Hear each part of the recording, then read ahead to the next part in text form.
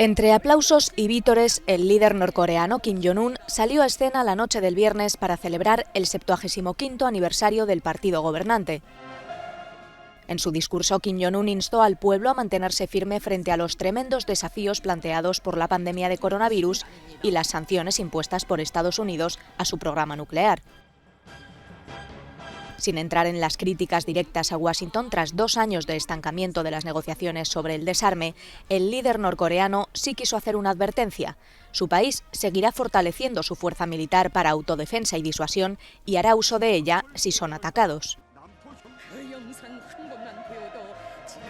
Con un desfile militar milimétricamente coreografiado, el ejército de Pyongyang exhibió un nuevo misil balístico de alcance intercontinental, aún no testado, pero mayor al de mayor alcance probado hasta la fecha.